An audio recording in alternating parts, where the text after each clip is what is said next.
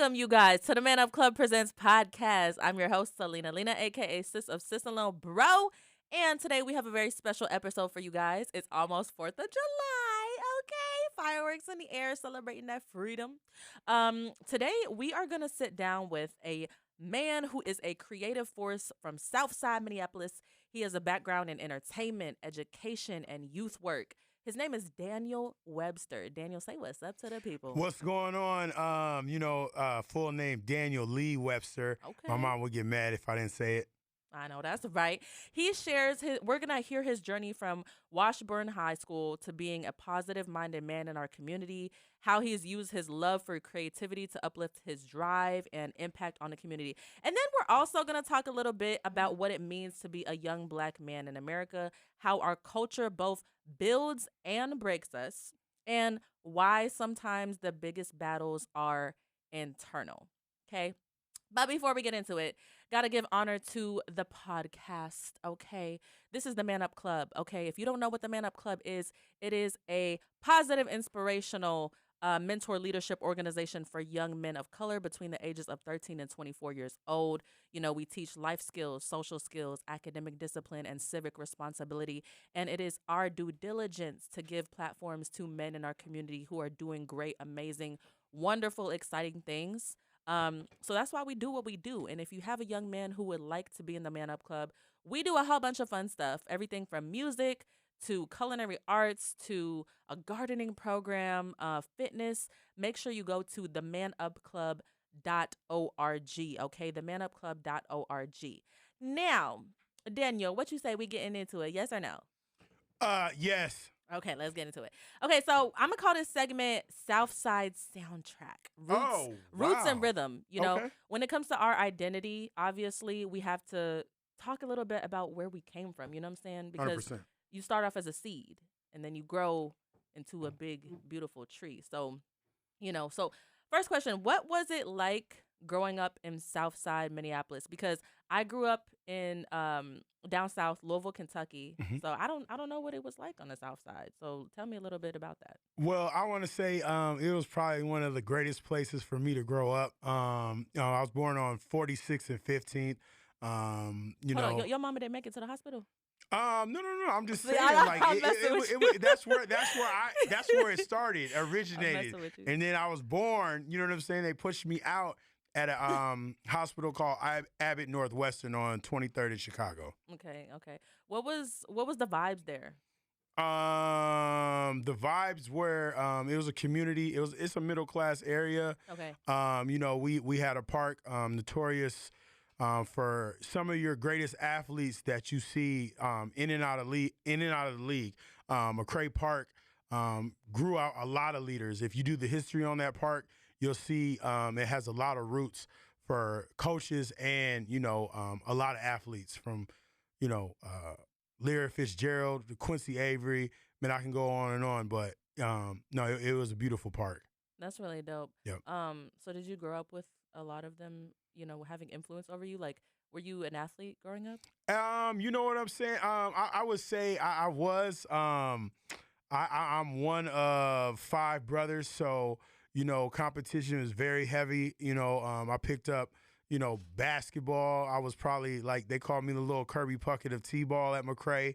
I loved. I didn't really start playing football until the 9th grade because a lot of I had a few stepmoms that didn't want me to get hurt. But once I got to play, stepmoms. Oh, absolutely. So when I got to actually play organized football and met some of my best friends in high school, and it was off the chain. But a lot of sports were played under the street lights, you know what I'm saying, in your field, and it was just a community that I'm glad I came from. Yeah, that's super dope. And that's the thing.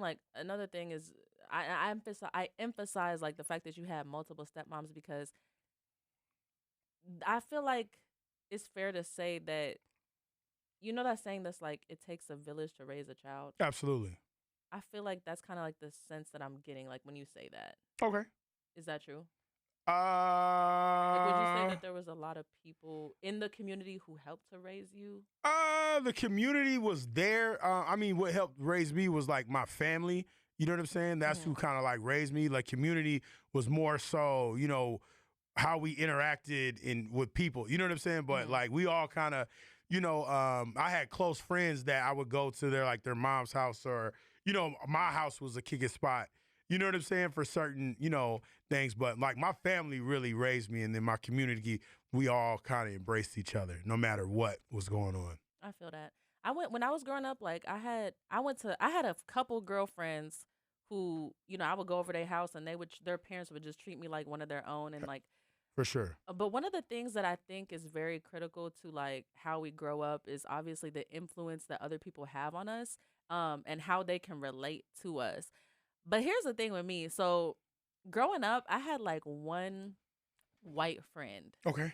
Or I yeah, I had like one white friend and she was two houses down from me.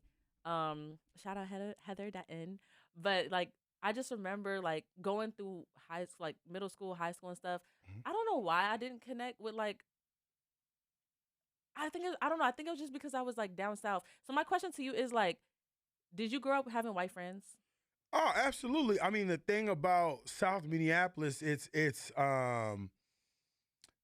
to be honest with you, like there was only a couple of like incidents where I felt like, race played a thing, but I really growing up, I didn't really see that in our community. Like there was a couple. I remember there was like a mean warehouse worker that said like something racial, but outside of that, growing up over South, you had a mix of everybody, Okay. and it was never like a white or black thing, or it was all walks of life. You know what I'm saying? And it was beautiful, and that's what I appreciate so much. But on different sides of Minneapolis, and you'll have different tension with different races and stuff like that. But on the South Side, like it was more like everybody was kind of treated equal to a certain extent, for my experience From your growing up. experience. Yep. Yeah, that's super real. And I sense that from you, Yeah. you know. And especially like Minneapolis, Yep. it is like a melting pot inside of a melting pot. Because, 100%. America is known as the melting pot, but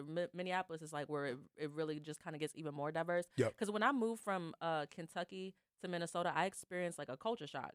Because 100%. the high school I went to was Central High School, which was Muhammad Ali's high school. And at the No time, way. yeah, yeah, Oh wow. yes. Oh, that's dope. Super dope. Yeah, and the time that I went there, it was predominantly black, Okay. So when we would have homecomings and stuff Yeah. like that, football games, like, they playing black people music, you know what I'm Right. saying? But when I went up here to Minnesota, Uh huh.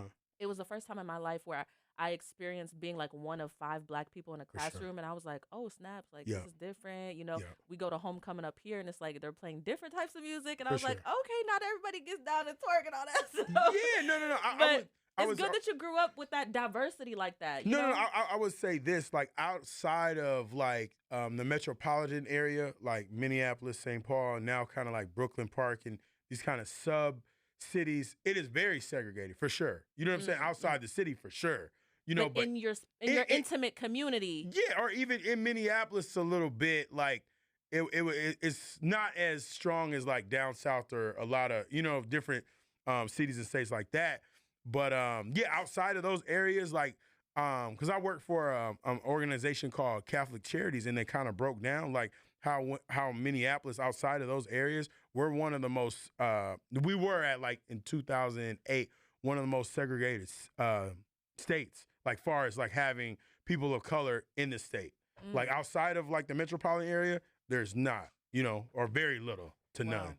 that's Yep. crazy. And that was like a fact that, I didn't know at all, far as the state goes. Right, Yep. right. That's crazy. Would you say, like, looking back over time, has it gotten better in your opinion? Just being like a native Minnesotan, like, do you think that we're moving racially in the right direction? Considering like everything that's happened with like George Floyd, just considering everything, like, do you think like overall Minnesota is becoming more inclusive and it feels like home to everybody? Because we got Somalians here, we got all that. Yeah, I'm gonna say Minneapolis for sure. Like outside of Minnesota, like I think it's a eye opener. You know what I'm saying? They're becoming more aware of what's it's a spotlight. Like it's there, people get it, but once you like, unless you experience it or going through it, you'll never get it. Like I'll Hmm. tell you, like, hey man, um, you know, if you cross the street, if you don't pay attention to these lights, I can tell you one thing, but until it's time for you to go do that, you know what I'm saying? You're gonna have to experience that. And I think that all that experience over these last couple of years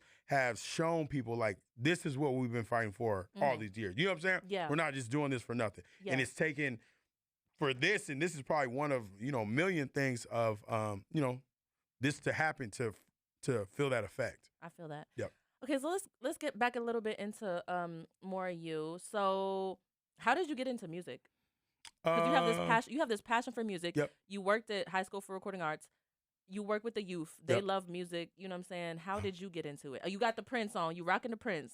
For sure. You feel me? Sure, man. My music roots start at the the bottom of my auntie's basement. Hearing records.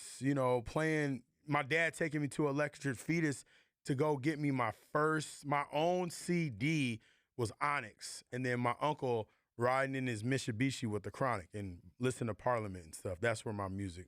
See, I don't know nothing about that. That's what I'm saying. You got a lot of homework to do, and that's okay. Yes, okay. Yeah. See it, but it's okay. I'm admitting it though. It's okay. No, that's what I'm saying. I'm here to educate. That's why I love in being in music and education. Yeah, I love that. Yep. That's super dope. So I'm hearing, family obviously is very important to you. Music has also made a big impact on you. If there was to be like a Daniel gumbo, what are some of the key ingredients that make you who you are? I would say rice for sure. You said rice? Yeah, because right there. That's probably the first element we would start with because that's my favorite thing. Thai fried rice at that. I don't think that's ever been thrown into a gumbo pot. Oh my gosh! That's what I would do. The chicken, from Sawadi because that's my favorite.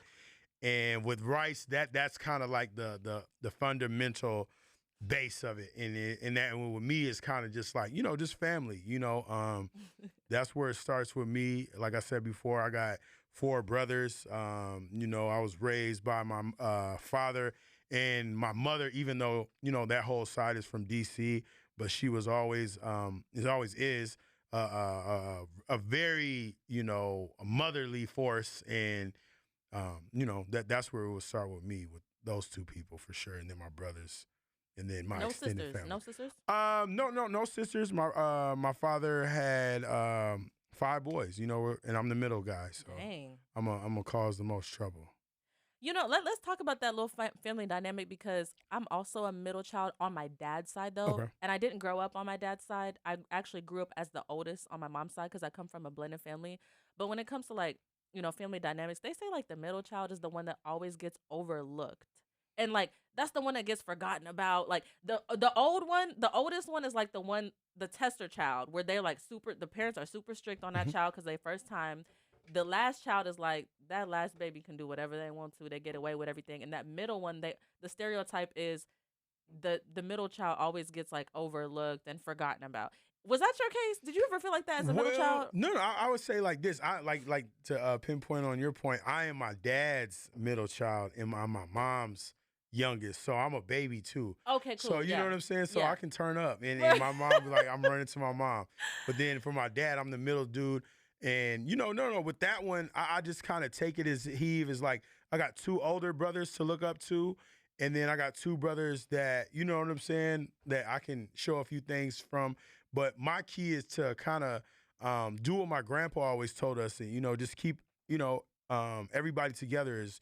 Through good and bad times. You know what I'm saying? Like everybody's growing in their own ways, but I'm always one call away for, those guys, Yeah. No matter what, how good or bad we're doing. Like, when some people like, even when I moved to LA, everyone's like, oh, you're too busy now. They're like, nah. I said, man, there's never not a time where I'm doing, anything in the world where, if I can't pick it up, I'm gonna text you and be like right back, and that goes for a lot of people in my family and in my life that, one of the things I kind of say is I'm always one call away.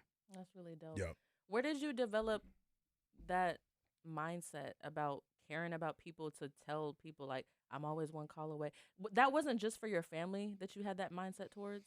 No, it's something that like I kind of pride myself in. I never want to be too busy or like too, you know what I'm saying? Whatever. Like there's certain people in this world that have that access to me because I know they're always one call away. You know what I'm saying? I think And it's not everybody needs something. Yeah, I'm just saying. It's like for real. Like shit. everybody needs that, I think. I mean, you can say that, but I don't think everybody can do it per se, or they want to do it. You know what I'm saying? Some people, you know, shit, you can't call them all the time, or you know what I'm saying, don't need to be called all the time. You know, but it's something that I've grown myself into to be like, you know, I'm always gonna call away if I can. Like right now, if somebody calls me right now, boom, I can't talk to you, but I'm gonna hit you as soon as I get done with this. Now, see, this is what I said. That's why I said I think everybody needs that. Oh, for sure. But not everybody, like you said, can be that. Got it. You know what I'm saying? Yeah. I think everybody needs to have somebody that they can always call on and rely on. Oh, very you know, good. Yep. No matter what. Do you have people in your life that you can always call on though? That's the question. As a grown man. Yeah, no, for sure. I mean, what I've learned, like at this age in my life, you know what I'm saying? Like, I'm gonna figure out my problems, good or bad, and then I'm gonna kind of assess it, and then I'm gonna call certain people for certain things. You know what I'm saying? Whether it could be good news or bad news. And now that I've learned how like certain people will take certain things. You know what I'm saying? So I don't talk to this person about this that I might, you know what I'm saying? Because I know where that may go. So it's my process of learning and deal with it. Like, to be honest with you, like I deal with a lot of my problems and a lot of my good stuff by myself first. And then I kind of like, all right, I'm going to talk about this with this person because, you know, based on our history of talking, I know this would be a healthy conversation for that. Yep. Let me ask a question because this just popped into my mind as you were speaking. As a man, why is it that like I'm trying to figure out how to ask this question the best way, but like I'll put it like this: females.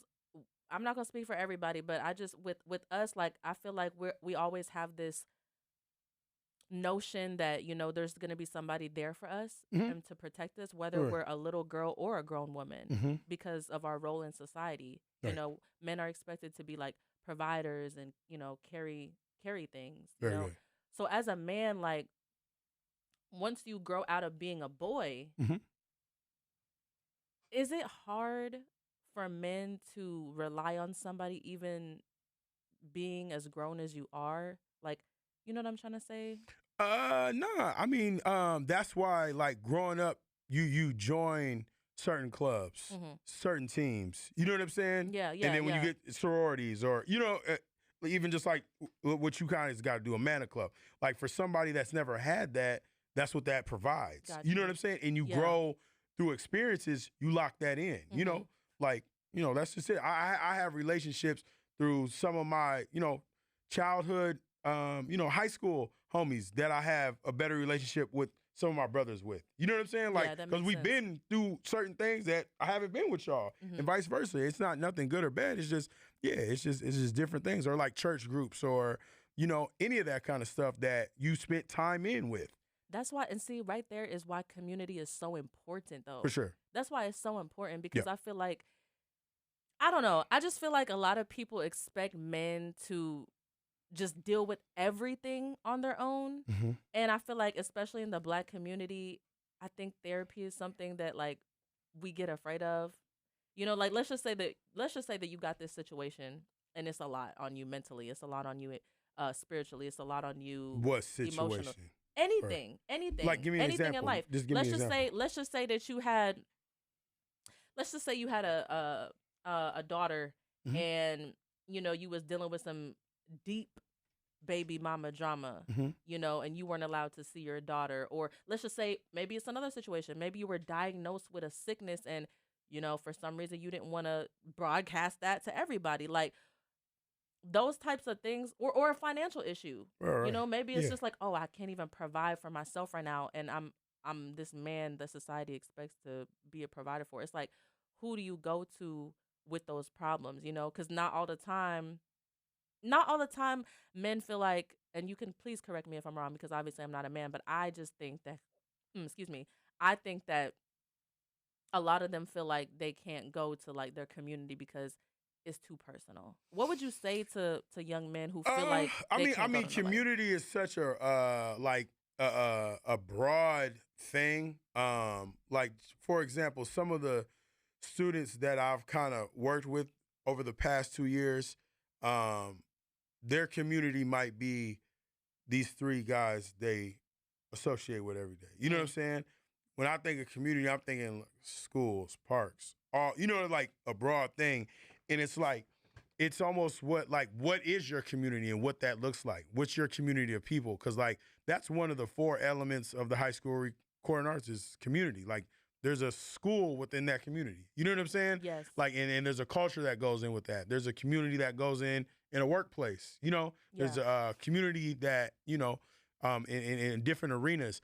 But I think for now, there's a lot of it's almost a changing of the guard, and I think a lot of males my age that look like me are really doing a lot of good things that the community needs for young males that are having those issues you're talking about. Right. Like you just don't go to anybody to talk about an issue. I gotta kind of know you a little bit to tell you what's really going on with me. I'm not just going to talk to you about nothing.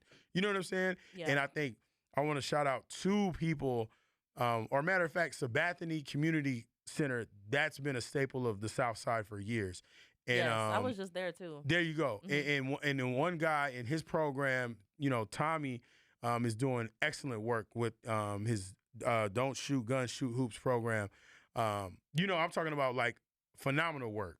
Another guy, one of my personal friends, Muhammad, with Touch Community. Yep. Like these are people that really are from this community and been in a lot of real situations, in life, period, good, bad, ugly, or sad, and doing like positive things that that the community needs, and they're from that community, because a lot of times somebody will do good in the community and be so far just attached, and it's like that youth doesn't attach to that because it's so up on a big scale. You know what I'm saying? Yeah. But these guys are accessible. They're telling you, hey man, believe it or not, I've been in the worst situations possible.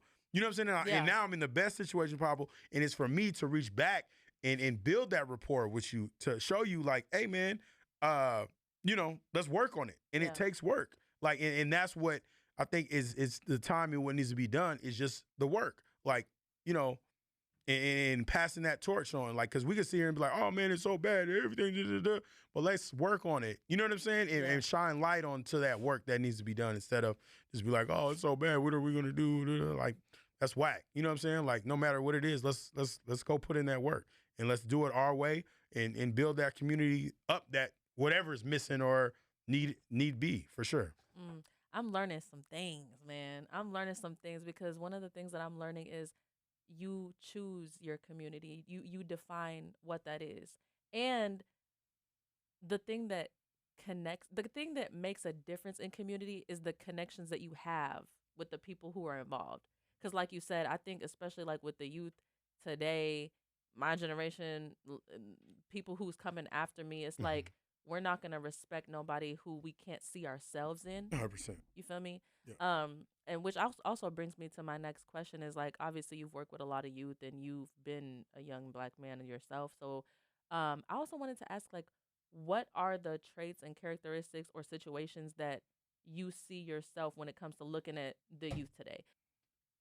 How can I relate? Like, okay, I guess what I'm trying to say is like there's a lot of youth workers out here, right? Mm-hmm. There's a lot of them who are in these positions, but for some reason, like they feel like they can't really connect. They have the right vision, Mm-hmm. um, but they're missing that connection. And it's like when I watch you from afar, Mm-hmm. you just connect so well to these guys. They Got they it. they look at you and it's like they're rolling with they big cousin or something. For So sure. what?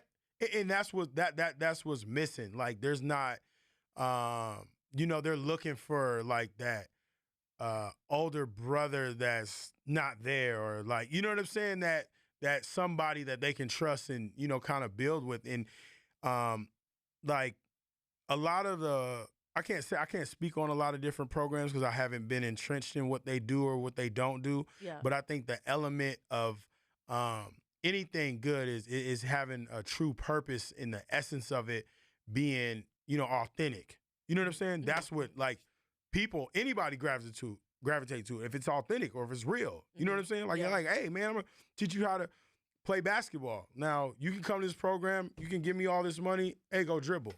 You know what I'm saying? Yeah. Or I could be like, hey man, do this, do this. You can tell what programs really get it in. Yeah. You know, that's just like even in the music. Like you can, hey, listen to this and be like, hey man, he's spitting. It's some truth. You know, this is that. That's what element it is. That's what it's the, you know, like it's the raw, authentic, you know, thing. And what's happening with these youths, they're getting hit with so much raw and real at such a rapid rate. Mm-hmm. You know what I'm saying? Like there's tools and things that they have that we didn't. You know what I'm saying? So we had to, you know, you just got to keep up with it. You can't look down on them because they're moving faster in a different way. You got to learn that and keep up and keep fresh and keep steady. You know what I'm saying? Or you'll be the old dude like, oh, well, this in my day, we didn't do this. Right. We ain't trying to hear that. You know what I'm saying? Like our parents didn't want to hear it when their parents, and you know, this generation is up. Get with the times. That's just what it is. Like, and you got to find a fine balance of it. And then what I'm trying to do, we're not trying, but what I'm doing, what works for me is building those fundamentals. You know what I'm saying? Mm-hmm. Through whatever it is. You know what I'm saying? Like, hey, let's get back to, you know, the basics of stuff in a cool, fly way, you know? And I think that's what a lot of the youth may or may not be getting. And, you know, and once you have those things, then you can enhance whatever you're doing times 10, you know? Yeah, I laugh because it's like what you're saying is like you either get with it or get lost. Oh, gotcha. Like, you know, because there's a difference between all the generations. But you got the old heads, that's why they're called old heads. Okay. You got the old heads who say that stuff about like the generations today and the youth today or the YNs today. They'll just be like, man, you know, they moving too fast and I don't know, this music is crazy and stuff like that. And then they start to ostracize themselves from their grandkids.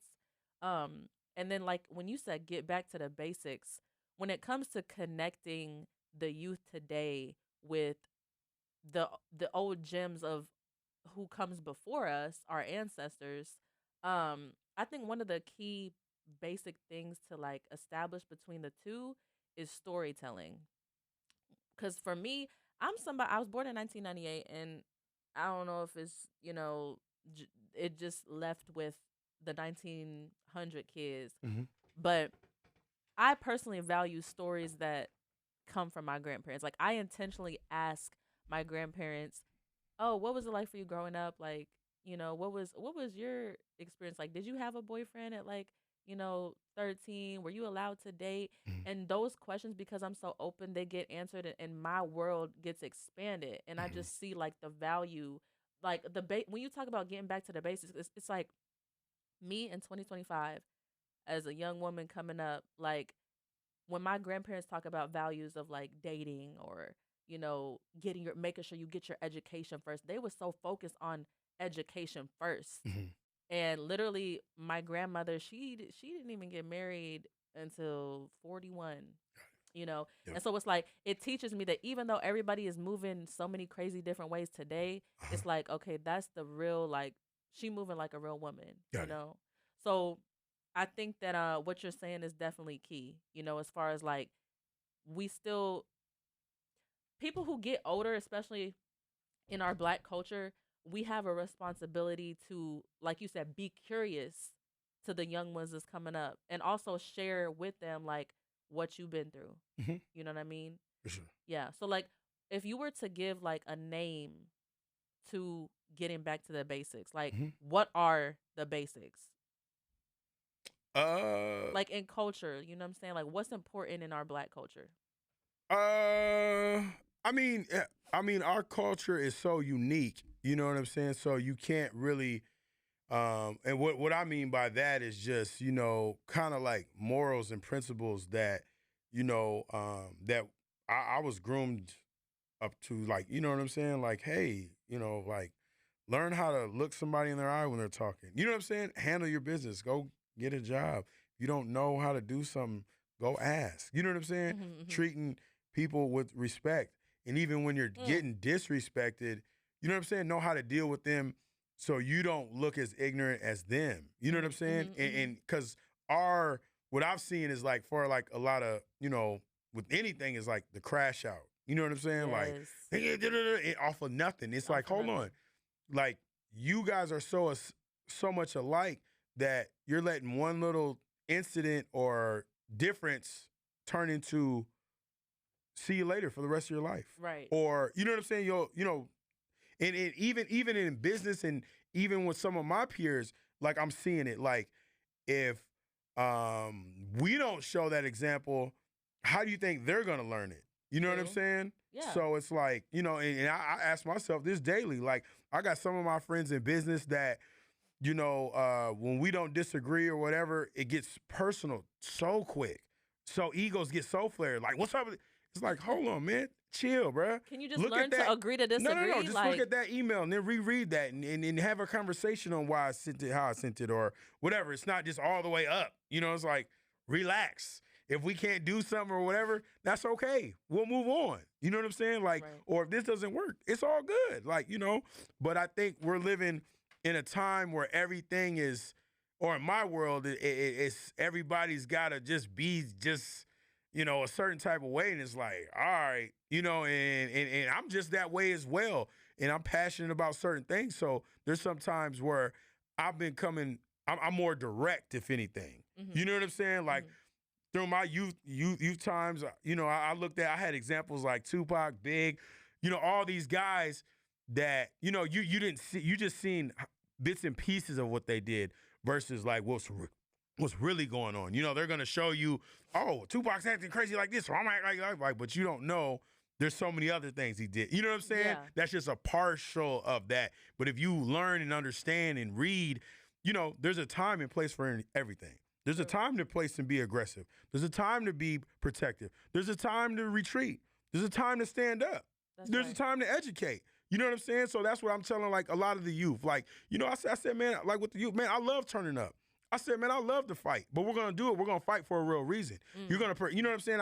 Matter of fact, at this graduation this year, I said, hey, man, I need all the young black men to stand up because right now, y'all are most important. Y'all got to be most educated because y'all got to protect your moms, your aunties, your daughters, your sisters. You can't do that when you're sitting down in a jail cell. You can't do that 6 feet underneath the ground. So you got to learn certain things that you may not know. Like I had a student 17 years old told me, I can't read. I said, for sure. You know what I'm saying? I had another girl like laugh at him. I was like, man, I need you to leave the room. But, for him to even tell me, I said, man, don't worry about that. In a year's time, he's done and he's off doing things he probably didn't even know he could do. So he's picking up, before that, you've got an ankle bracelet. You're doing stuff that requires no education. You know what I'm saying? But when you sit down and learn, it's like, man, I ain't got to do that. I can trust this process of getting a job and doing this and doing all that. But I was like, man, I said, I understand that world you're in for sure. But let's learn this world that you don't know. And I promise you, there's longevity in it. You know what I'm saying? Yeah. Versus that. And it's like understanding them both worlds helps with a lot. You know what I'm saying? Yeah. So for sure. That is so real. Yeah. That's so real. And thank you for sharing about that young man. I'm hoping and praying that he continues to like thrive. Oh man, listen, dude's got 2 jobs right now. About to graduate from Summit, or I don't even know how to say it. Summit Academy. Yes, I know. Yeah, Summit. Yep. like for sure. Like, man, That's what? Super dope. Yeah, it's up, but it's just finding somebody you kind of connect with that understand, that's not going to judge you, that you're comfortable with on working on this process. Because what he's getting from his peers, like, you can't read, you're dumb, or whatever. Like they talk, way off the top. Yeah. So his frustration is like, I'm gonna snap back or draw away from that. So when it's time to do that, but no, I'm gonna direct you to somebody that it's their job and their duty to help you with that. You know what I'm saying? Even though you don't trust them or none of that. Yeah, I got you. Because I said that's the most dangerous thing to do is not be educated or not know how to read. You know what I'm saying? Yes. Like, and that's why I kind of look at it like back in the day, like when it was against the law to read.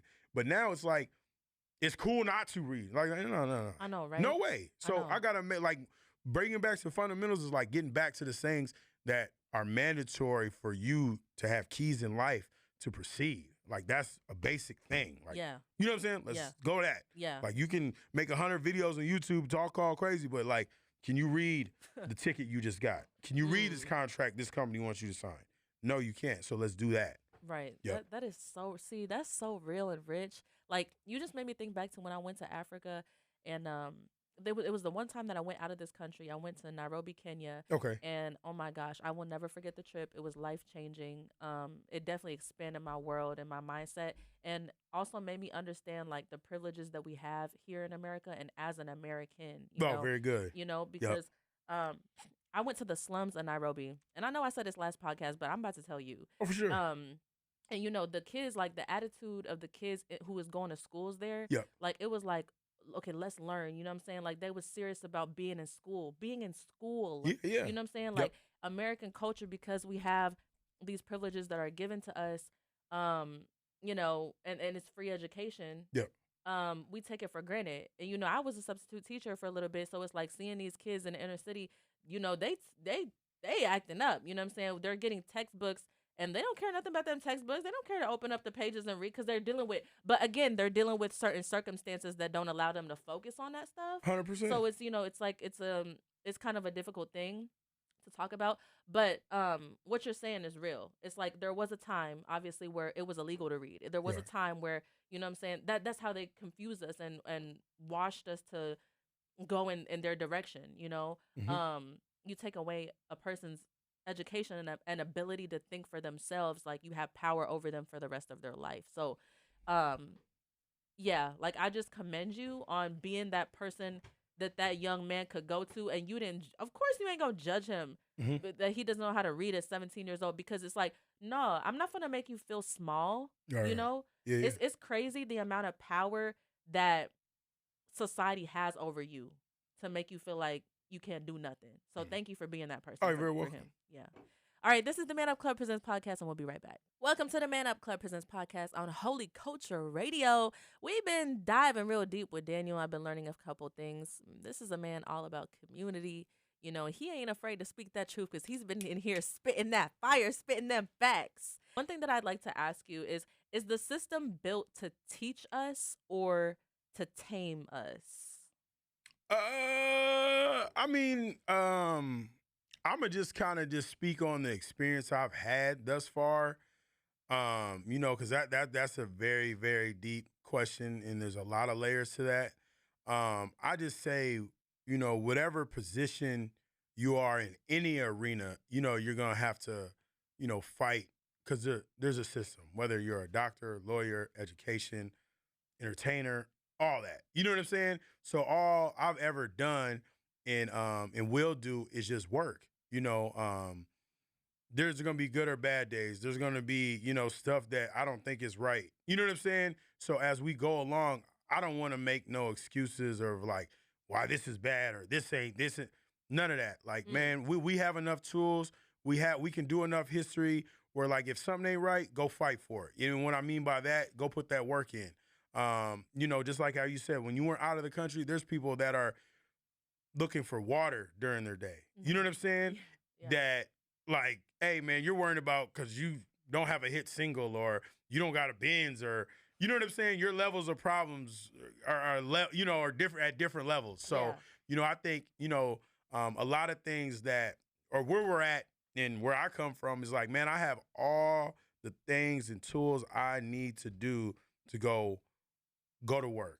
You know what I'm saying? I've been blessed with, a great family, a great community, a great city, a great state, you know what I'm saying? A great nation that where it's like, all right, if something ain't right, let's go put that work in and go make it right. Don't blame nobody no more. You know what I'm saying? Look at every morning I'll jump in the mirror, look at myself. All right, cool.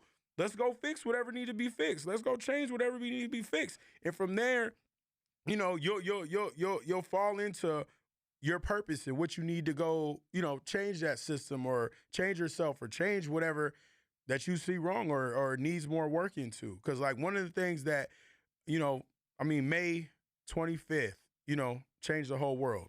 38 Chicago. It's 5 days before my birthday. I can never forget it, never erase it. What I kind of looked at that whole thing, and I just seen it, and I was just kind of just soaking it up at like a sponge. Like me, my dad, and my youngest brother, we went to Minnehaha and seen the burning the liquor store, everything down, and I'm just kind of observing. Like usually I come from production, like document. I didn't do none of that. I'm just kind of just absorbing it for me. Wow, yeah. You know what I'm saying? Like AutoZone just blow up, man. Hey, man, I'm making sure my dad is, running down the street. Man, come on, man. Like I can see there's so much going on. But from what I took from that and from a lot, and not just George Floyd, but just for all the things that goes on unjust and not even from, in America, just all over the world, is like, be better. You know what I'm saying? And I told myself my vow is to be better, be a better brother, be a brother friend, and stand up and stand on business and stop making everything so personal. You know what I'm saying? Like really find the right and wrong of a situation and stand on it. If I'm wrong, I'm gonna look at him like, all right, I'm wrong. And if something ain't right, cool, it's not right. Move around. You know what I'm saying? Yeah. And that's the best example because I want to be there for that person in need. And I want to shout out a great friend of mine, Billy Jones. He had a coffee shop on 38th in Chicago, and I got the chance to work with him through that. And I've seen all walks of life come through that place, like all walks of life. That was probably when I walked in that coffee shop and seen what he was doing right there at that time, because during that time he was door dashing, and he was on the other side recording what happened. And we went to high school together. You know what I'm saying? He was just 2 years older, so. He was recording what was happening? What happened to George Floyd? Yeah, he was on the other side. Oh, my God. While he was door dashing. He thought it was one of his homeboys, so he didn't say nothing. Like, he was just like, whatever. But I'm saying all this to say this is that when I seen him needing help in his business, I was like, this is my duty to help you. You know what I'm saying? Because this is like something that needs to be done in our community. You know what I'm saying? Like when you said, hey, if they take, education from you, that education is economics. If you don't have I listened to a speech Obama said, like, man, if you look into a man's eyes and he can't provide for his family, that's one of the biggest opportunities you can ever give a person is an opportunity to do something. You know what I'm saying? Like if and that was my mission to like, hey man, just provide an opportunity, whether that's business or anything, like, and inspired to do in whatever because everybody's like, oh, you do whatever you want. But yeah, you can, but it needs you need things to do that. You know what I'm saying? Like, hey, if you want to be a doctor, hey man, you need to go to school and do this. You want to be a graphic designer, hey, you got to learn how to do this and this and this and this. You know what I'm saying? Yeah. So that's my mission and what I took from that, and that opened my eyes up to like, stop being personal, especially with, people of that look like us in business, because it's like we're so quick because we have a culture of being the best or having the biggest ego or I'm the first to do this and da-da-da-da. And it's like, all right, man, you could do that. But, I've had people that, have done stuff that wasn't right. But when it comes around, damn, I was wrong. You know what I'm saying? Yeah. And usually I'm the aggressor. Like if somebody does me wrong, you're going to know about it. I'm going to press you. You know what I'm saying? I come from that culture. You know what I'm saying? Like, and I want to say when I moved to LA in 2010, you know what I'm saying? I'm so glad I'm from Minneapolis because everything I've learned in Minneapolis prepared me for a big city like that. And it's very territorial in business and culture and life. Oh, yeah. You know what I'm saying? So you better stand on what you're talking about, whether it's good, bad, ugly, or sad. You know what I'm saying? And somebody's going to pick it up. It's like, we're the land of 10,000 lakes. It's pretty. This is the ocean. There's sharks. There's all types of stuff in here. Yeah. So you better be who you say you are in any arena. And, and just like in the jungle or whatever, that's a snake right there. Handle a snake. That's the lion right there. You know what I'm saying? You got to deal with that. And you're going to figure out what you are and how you move, Yeah. So, and I'm not, and my thing is like, man, I'm not judging nobody. I meet people where they're at, all walks of life, just like anybody else. And, and really bringing it back to, judging people on their character and how they move and what they move off of, and that's how I even built my community in the things I've done, good, bad, or ugly or sad. That's real. Yep. Yeah. And that's why everybody takes this quote from Mike. He's just like, if you want to change the world, look in the mirror. Got it. Because yes, you do have there's a lot of people who are divided even within our own community, our own culture. Some people, they'll blame, like you said, they'll blame the system. Okay, the system, but they don't do nothing. Got it. Yeah. And then that's why I like your message of, okay, yeah, the system is like this. Right. But what are we going to do about it? For sure. You know what I'm saying? How am I going to carry myself? How can I be a better brother? How can I be a better, father? How can I, if I wasn't there before, how can I show up now? Right. Forget how I used to be. A lot. I feel like, because you're speaking a lot of things, and I know that everything that you're saying is touching somebody. And there's somebody that wants to change. There's people that want to change, Hmm. but because of their past or because of their pattern or because of their track record and Hmm. what they're known for, it's like, nah, I'm not about to try to switch up and do something different just because, like, this is what they know me for. Like, this is, what do And, you say to and, that? and like we all do, we have a freedom of choice. You know what I'm saying? I'm not like trying to change nobody or none of that. I'm going to do my best to lead by example. And two things that are undefeated, and there's nobody on earth that can escape these two things. That's Mother Nature and Father Time. You know what I'm Mm, saying? Like, go ahead, continue doing what you're doing. mhm, You're gonna mhm, see. mhm. You're gonna get older. Things are constantly changing every day, every minute. Yeah, There's no rewinding this. So yeah. all I'm telling you is like, hey, I'm giving you a choice. It's like red or blue pill. It's on you. A lot of them taking both, so they're all in another world. But it is what it is, And there's no time. Like matter of fact, this year I've dedicated myself. There's no time like now. You don't know what life is gonna throw you at. Like Mm. one of my biggest coworkers right now, I love with all my heart. She just got hit with some stuff where she's in the hospital fighting. We were just talking about what we're gonna do next year, Oh in a man. very passionate way. Now we're Wow. talking about what she's gonna do on a daily to fight for her life. You know what I'm saying? So it's like, Yeah. in me, like when I go see her in the hospital, I'm not like, oh, what are we gonna do? I'm like, hey man, hey, you know what we gotta do today? Let's work on this. You know what I'm saying? Like I said, I don't even want to look Oh. at that chart. Just know you got to stay strong for me, for us both, because we got a lot of work to do. You know what I'm saying? Yeah. Yeah. So, Yeah. like, and I'm. for instance, like one of my best friends, last night we're Javin Logan, sister passed away. So it's like we're like, even just me being here, I didn't even want to be here, but it was the strength of me just like, hey man, I was like, are you all right? Cool. I gotta go do what I gotta do for this day. As soon as I'm done with the day, hey, I'm coming to you, you coming to me, and we're gonna figure it out. You know what Mhm. I'm saying? Yeah. Because one thing I've just understood is like, man, life happens. It moves it fast. You can go 0 to 100. So enjoy while you're here and do the best you can while you're here. Yeah. That's real. Yeah. How do you stay so positive? Uh, I mean, there's a lot of things, man. I read a lot of books. Got a lot of aunties, grandmas, uncles, brothers. Shoot, physical fitness, eating, drinking good. And saying what I want when I want. And shoot, man, just live your life. That's a lot of my stuff. I'm not positive a lot of times. Hmm. So and because that's just the way it works. Like sometimes just got like just being me and being authentic. That's why I think it may come off so positive because it's just what But I it's a want to good say. thing. No, it's a Yeah, good. It's a for good sure. thing because the world needs it. Yeah. You know, because there's some people that's quite opposite. Oh, They're, for sure. yeah, And like then it's there's just it's nothing just wrong with that. always Yeah. something like. Yeah, it is what it is. Like, and that's cool. And that's where I'm at. I'm not trying to be like, oh, be like me or be none You of just that. being you. Man, just be you, Yeah. And that's that and that's what I'm standing on. Just be you. And I'm working on myself every day. Good, bad, ugly, or sad. That should be your tagline. Like good, bad. Working on myself. Like Mm-hmm. good, bad, ugly, or sad. Just it Mm-hmm. is what it is. What are some things that you do to work on yourself? I want to say read, um, and put a lot of just like read for sure. That's a big thing that last year I prided myself. I read a book every month. You know what I'm saying? That's 12 Wow. bucks a year. And Wow. then really getting in that gym. You know what I'm saying?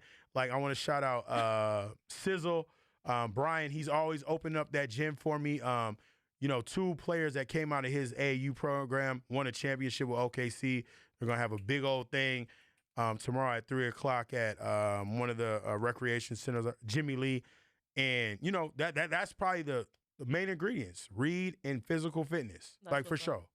That's what's up. Yep. As you have that big back shirt on. Oh, for sure. And I love to eat, man. You'll find out As soon he has enough. on the big back Absolutely. shirt. Yeah. Do- Shout Can out they my see cousin it? Oh Frico. yeah. Make sure you Absolutely. show it to the My people. back's not big; it's huge. It's only gonna get bigger because 4th of July is coming up. I know that's Get that food right. ready. Ah, 4th of July. Yes. Ooh, I love it. Yeah, that's one of the most things I'm excited about is food.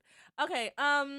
Well, I don't know. What are some kind of last last thoughts on just any advice that you could give any young man out there. Last thoughts. I would say, hey man, go put in work, learn, read. You know what I'm saying? Life is short, but it's long. Enjoy it. Wherever it's a journey. You do not have to be perfect. Man, listen, I've done things that I'm good. I'm happy about, not good at. It's a journey. It's life. Love it. And always improve. And it's a live life. Live life to the Yeah. fullest. There you have it. Thank you so much, Daniel, for being on You're here welcome and so giving much. us and giving us your energy and just your Always. experience. Yeah, for sure. Okay, well, we will get you guys back on another episode of the MANUP Club Presents podcast. This has been Holy Culture Radio. Thank you so much for hosting us, and we will be back.